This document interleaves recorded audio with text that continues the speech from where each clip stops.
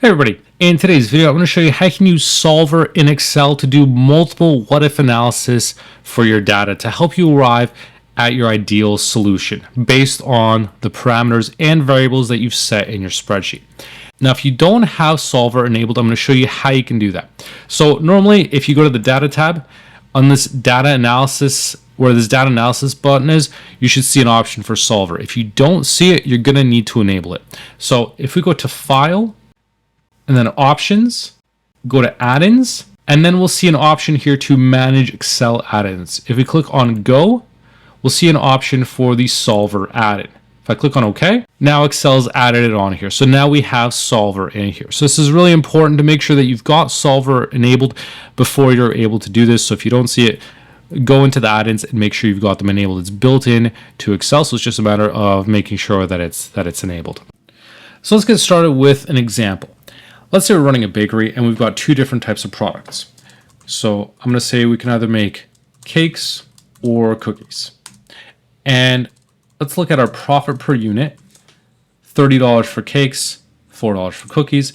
And let's determine what quantity we should make. Now, obviously, if you're looking at this, you might think, well, obviously you're going to focus on cakes rather than cookies because the higher profit margin. But we're also going to factor in our resources. So I've got different resources, let's say labor, hours per unit, and ingredients, kilograms per unit. So cakes take more time, let's say 6 hours and 3.5 kilograms, versus cookies take only 1 hour and 1 kilogram. Right? So we have to consider these constraints as well, because we can calculate how much we've used and how much is available. And so this type of analysis is a bit more complex, and this is why Solver can be more useful in this case. So if we want to calculate how much we used, let's assume labor hours are equivalent, or whether we're making cake or cookies. So 6 times the quantity to make plus this times the quantity of cookies to make. So we've used up 70 hours. Let's say we have available 100 hours at our disposal. For ingredients, let's do the same thing. 3.5 times 10 plus 1 times 10. And here, let's say we've got 60 available. So we're not utilizing all of our resources fully. And so that's one thing we want to consider, is we want to maximize our resources and also maximize our profits. And so based on this mix, we can calculate what our total profit would be. So in this case, it is as simple as just taking the profit per unit times by the quantity plus this profit per unit times this quantity. So that gives us a profit of $340 based on this mix. But what we want to know is, is there a better mix based on our available resources and these different profit margins? So this is where Solver comes into play. So let's go to the Data tab, click on Solver, and now you're going to see we have all these different areas to fill in. We've got an objective, variable cells, and constraints to consider. So now our main goal is to set our objective to maximize this total profit. So we're setting that cell as our objective, and we want to maximize it. So that is the main objective we're going to set. And now what we can do is select which variable cells we're going to change. In this case, the values that we're going to change are the quantities. So these two quantities, because we want to figure out what the correct mix is for these different quantities. And what we're also going to do is set up different constraints.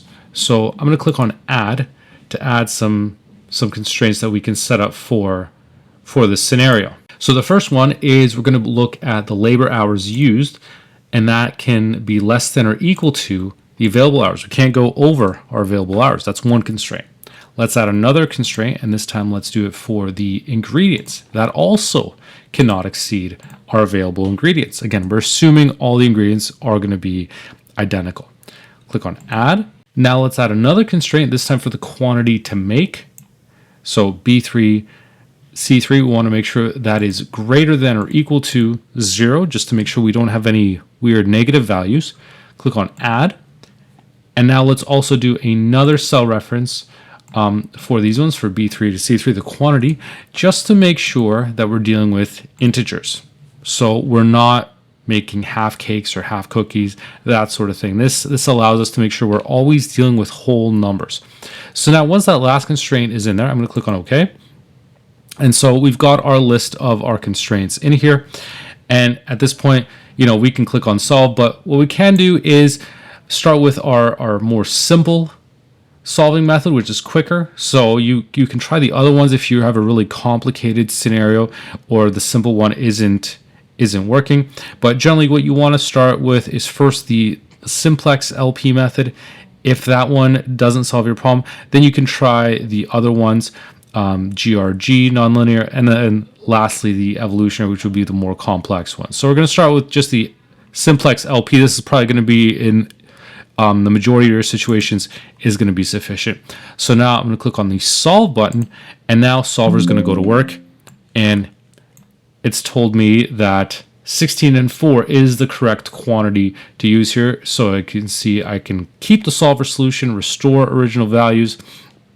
I'm going to keep the solver solution, click on OK. And so as you can see now, the profit is 496.